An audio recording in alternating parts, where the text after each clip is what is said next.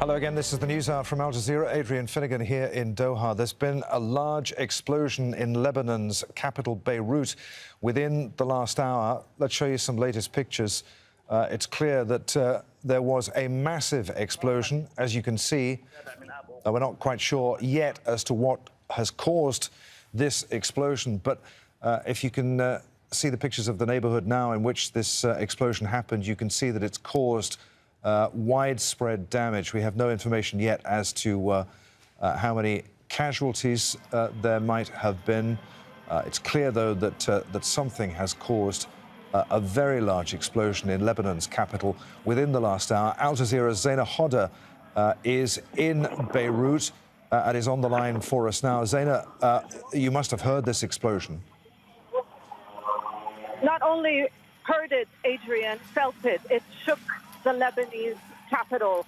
I have reported from this city for years, but never felt such a massive explosion. First, there was a thud, and then a gust of wind. Glass everywhere destroyed. I am seeing ambulances carrying wounded, rushing to the hospital. There's chaos in the streets. It's still not clear the cause of this explosion. Some reports are suggesting that it happened at Beirut port. It is still not clear, like I told you, but I was kilometers away. The glass broke everywhere around me. And as you can imagine, this is a city which is used to explosions, assassinations, but it has been a while since the last, well, it's too early to say bombing because some reports are suggesting that there was a depot that exploded at Beirut port. Like I mentioned, it's still not clear what exactly shook the Lebanese capital. But as you can imagine, people are worried. Phone lines are jammed. People are trying to reach their relatives, calling family members to make sure that they're okay.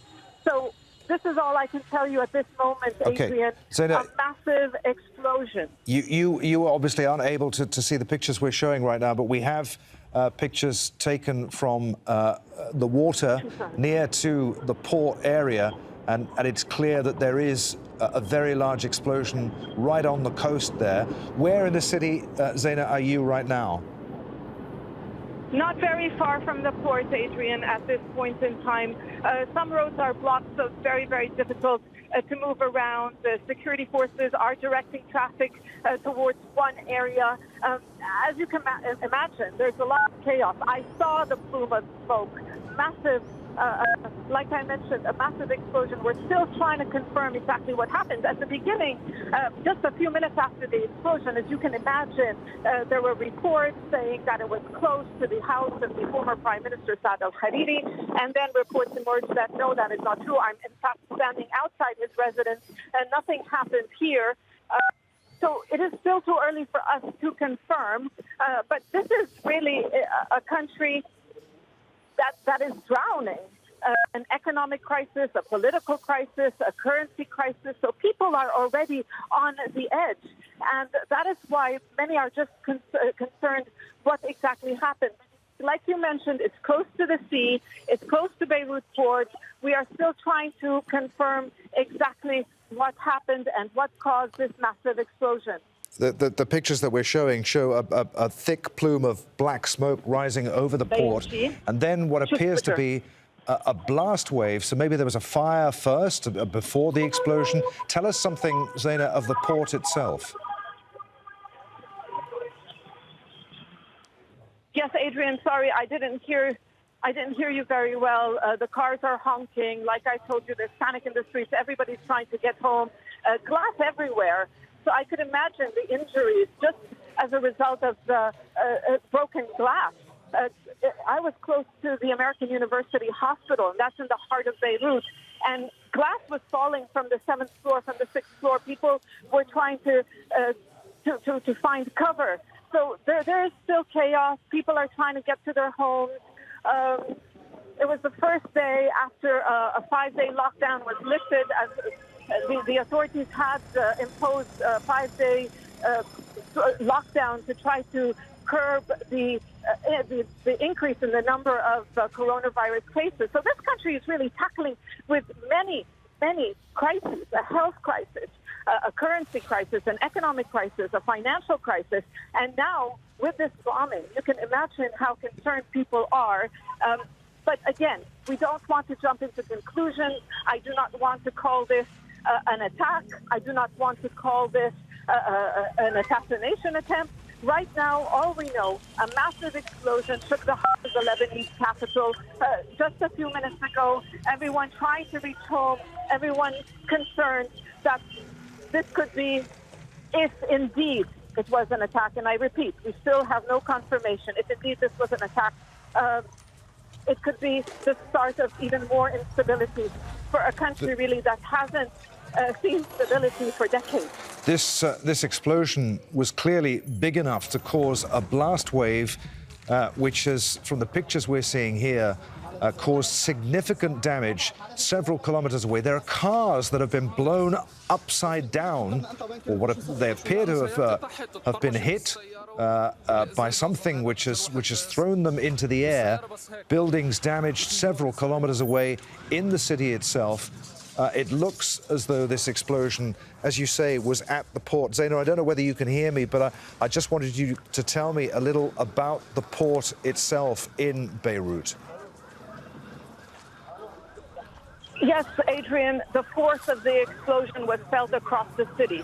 Their initial report is suggesting that explosion was in the port. And I can tell you, we are approximately 5-6 kilometers away from the port, and the whole building, our whole office, the building where our office is located, the glass is in the street.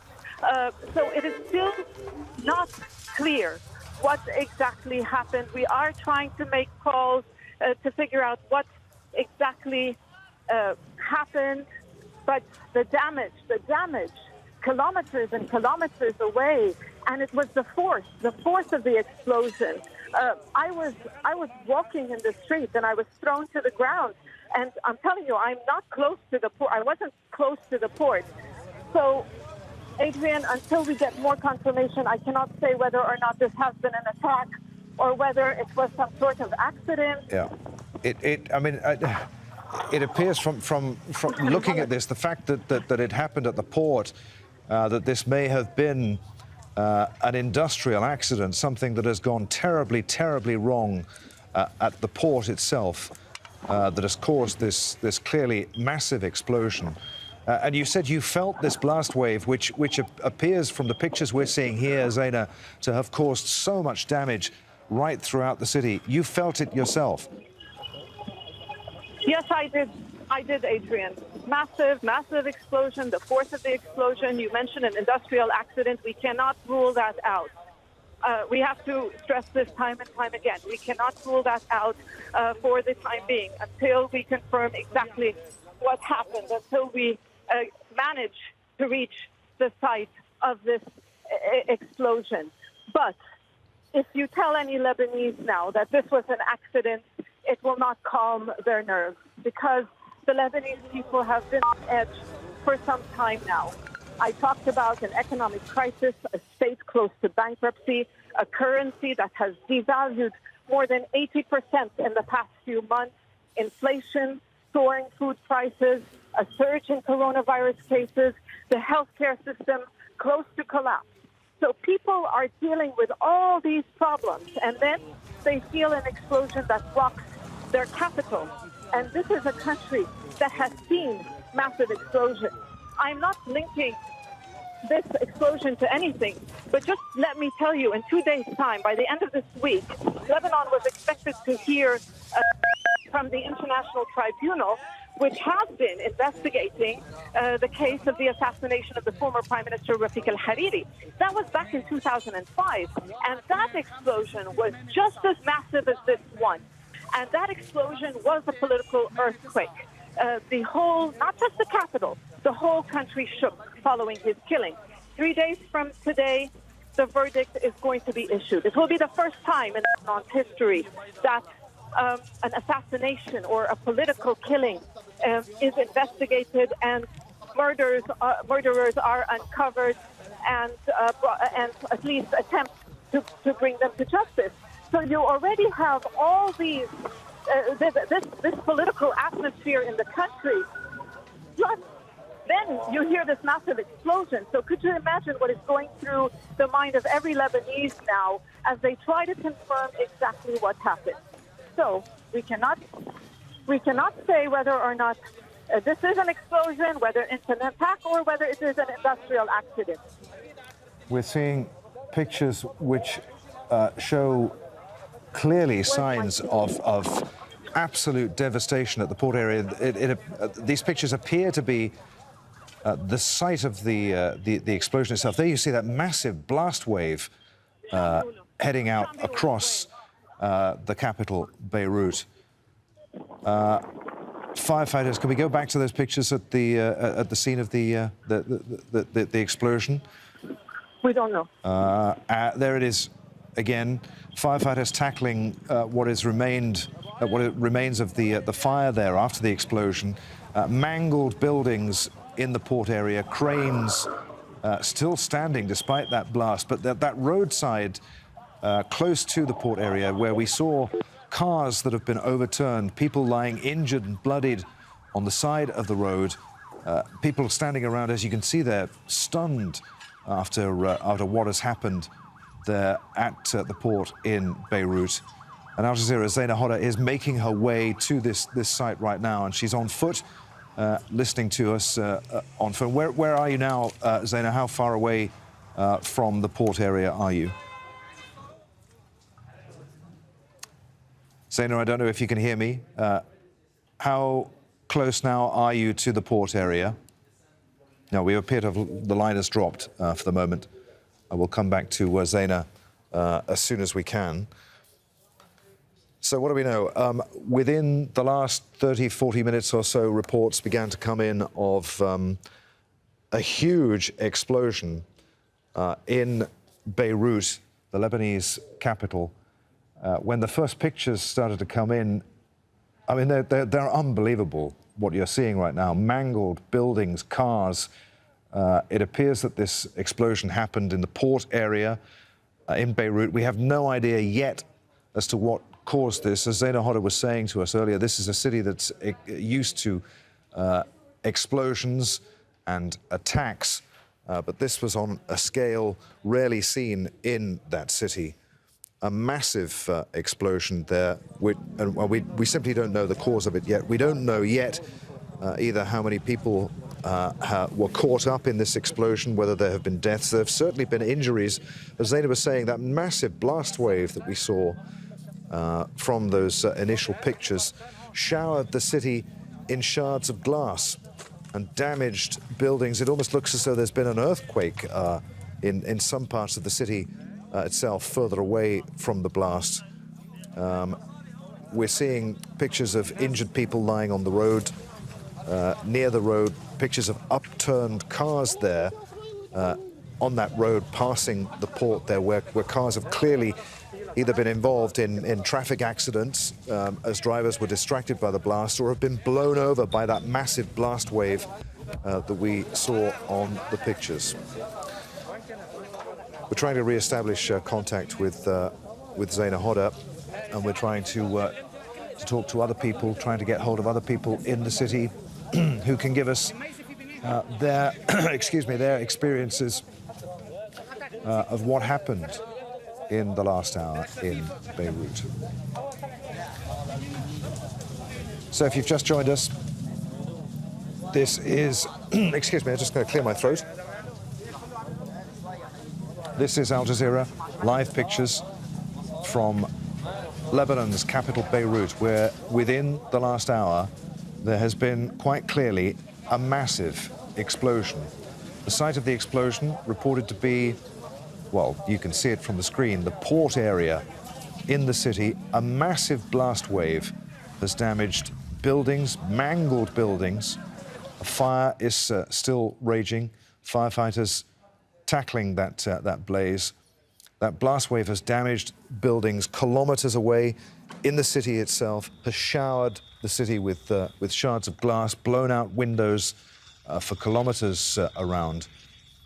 And as yet, we have no indication as to the number of deaths or injuries, but it's clear that after something like that, on that scale, that there will be casualties. The emergency services trying to deal with clearly a massive explosion like that are going to be overwhelmed, as our correspondent was telling us that even though Beirut is almost used to explosions over the years, rarely has it seen anything on this scale. So this appears to be the seat of the explosion, which happened within the last hour. Our correspondent Zaina Hodder is making her way to the site of that explosion, and we'll, as soon as we've re-established contact with her, we'll talk to her some more about her experiences. Those pictures we were showing you a few moments ago of the fire, the seat of the fire, the seat of the explosion. Apparently there are people trapped under that rubble, which is what the emergency services are doing. They're trying to work, trying to get those people free. Zaina's back on the line. Zaina, where are you now? Yes, lines are patchy, as you can imagine, Adrian. Everyone is using their phones. Network is jammed. Everyone concerned about their loved ones, trying to find exactly what happened, what shook the Lebanese capital just under an hour ago. We are still trying to get confirmation. What we understand for the time being, some sort of an explosion at Beirut Port. Beirut Port is located really in the heart of the Lebanese capital. We still do not have confirmation on casualties and injuries. As you can imagine, there's chaos. It's very difficult to move. Some roads are blocked, and then there's traffic congestion in some areas. There's panic in the streets, glass everywhere. The force of the impact, the force of the explosion was massive.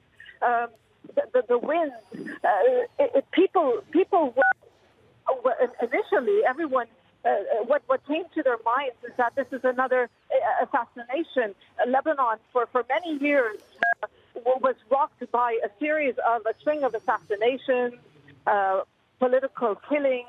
But it has been a while. It has been quiet for some time now. But again, there's no confirmation. Some reports are suggesting that this is some sort of an accident at Beirut Port, maybe a fuel depot. Some reports also suggesting fireworks. Nothing that we can confirm at the time being. All I can tell you is what is going on in the streets. And all I can say is chaos, fear. Nobody knows what happened. Damage kilometers and kilometers away. I could imagine how many people were sitting in their homes when the blast shook their apartment and glass broke everywhere. So there is concern, but there's still no confirmation, Adrian, on what caused this explosion. It's clear that there will be multiple injuries after something like this, Zaina. The city's emergency services working tirelessly as we speak. Yeah. Given this is happening in the middle of a pandemic, will the hospitals in the city be able to cope? This is a very good question, because the healthcare system is already collapsing.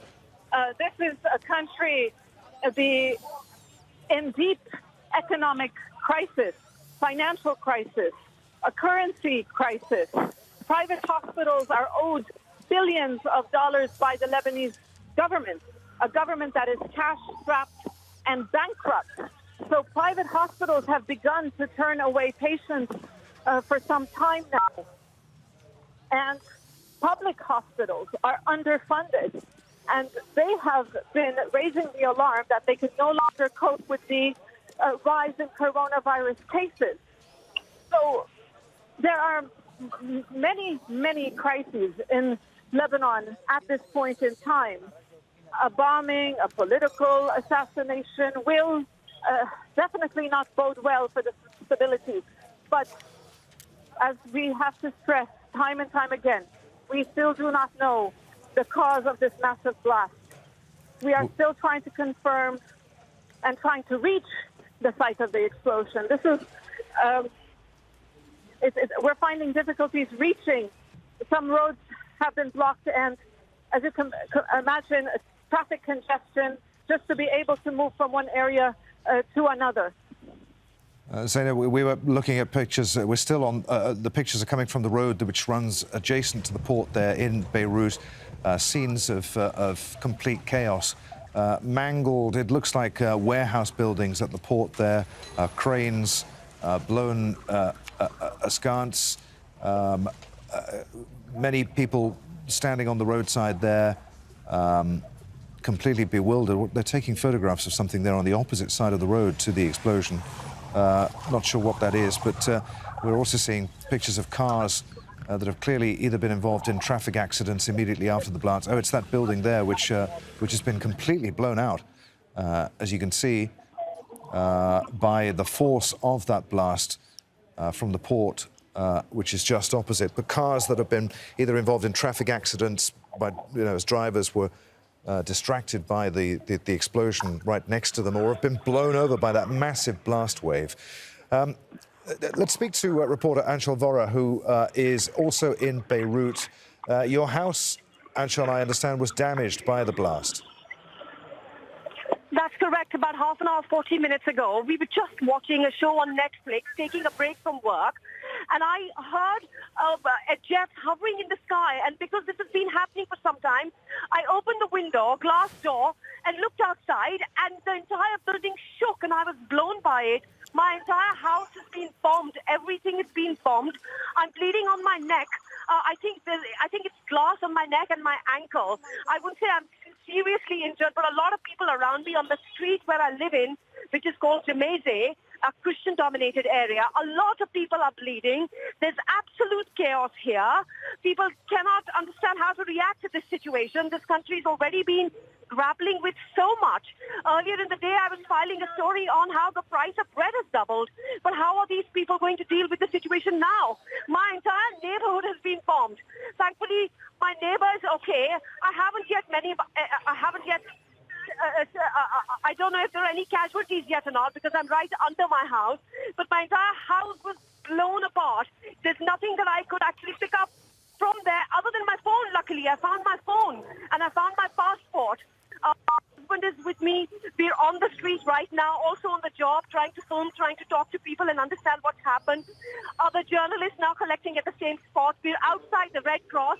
A lot of people trying to go in. I haven't yet managed to get to the building of Red Cross.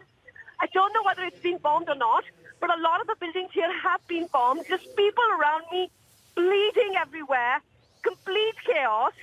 I mean, one doesn't want to sort of talk about who's done this yet, but deaths have been hovering above these skies for the last 2 months now. So complete chaos. Many were anticipating this, but it's just such a heartbreaking moment. Personally, but also as somebody who lives in Lebanon, for me, I can associate with the Lebanese people. These people have been going through such a hard time. And now this, I mean, one does not have words how to describe this situation that we're in. Anshul, it's clear that from what you were saying, you've been injured by flying glass there, and you're bleeding. Are you getting treatment for that? Are you able to get medical assistance? No medical assistance. I don't see Red Cross. I see one Red Cross nurse running around in a parking lot trying to help an elderly lady. But as I said, I don't know if I can get to the Red Cross building, and it's very close to my house. And because I'm limping, as I said, my ankle is bleeding, I haven't managed to get there yet. And it's complete chaos because all the cars on the streets, people are rushing to pick up the wounded. Lots of old people. I see at least 4 or 5 now. I see 2 more Red Cross nurses, Red Cross workers now. Some young people trying to help others around. It's just complete chaos. Cars have been bombed, houses have been bombed. This is a really posh area in Lebanon. One would think that this is an area which would not be bombed by the southern neighbors, because it's Christian-dominated, and people here have generally felt very safe in that regard. But this is the first one to go through this, the situation here today. Anshul, I don't know whether you're aware yet. Obviously, I think you're in a state of shock. But there's been the explosion was at the port in Beirut. How far away from the port is your neighborhood? Well, I think we're about 30 minutes away from it. But the fact that that's been bombed as well, as you're saying, we did hear, my husband is German and he's a journalist as well, and he just got a message from the German embassy that in fact had happened. And if that happened too, then this makes the situation much severe. I mean, this sort of an event. I mean, I really can't even get into the politics of it all, to be honest, because I have people bleeding in front of me. An old man, I reckon, would be 60 plus, is bleeding. He's lying on a stretcher now. A Red Cross worker is dealing with him, is trying to address to his wounds. There's another really old lady on my right. She's being taken care of. She's being taken care of by some people around me, some young people. I mean, it's an absolute nightmare. You know, we've all read about these things happening in Lebanon, but that it would actually happen. You know, this is after 15 years, right? After the 2006 war, that this would actually happen. No one believed that. One thought that somehow peace would be maintained. Listen, somehow Lebanon is not going to go in this direction. It was already dealing with so much, but here we are. Young people have, of course, been hit as well. A young lady is sitting on what would have been a window once, and this is the parking lot right in front of my house. The parking lot right in front of my house, just like about 100 meters away from Red Cross, a very posh area. Markets had opened up after lockdown was lifted, and another nurse from Red Cross has just come to this parking lot with some bandages, trying to cater to people who've been injured. Hopefully, I'll get some first aid as well. Anshal, so it's a really dire situation here. Anshal, look, we'll let you go and get that ankle treated and that bleeding stemmed. Look, take care of yourself, and we'll give you a few minutes to gather your wits again, and we'll come back to you. Many thanks indeed. That's reporter Anshal Vora there, who was at home watching TV when that blast hit her neighborhood a couple of kilometers away from the port area in Beirut, when that explosion blew out all the glass in the windows of the homes in her neighborhood. Anshal's neighbors, like her, injured by flying glass. She's got her ankle, she said, was bleeding. She's clearly, I mean, you can hear it in her voice when she's talking, in a complete state of shock there. So we'll let Anshal go and get the treatment she needs. She said there's a Red Cross first aid worker there treating people in her neighborhood.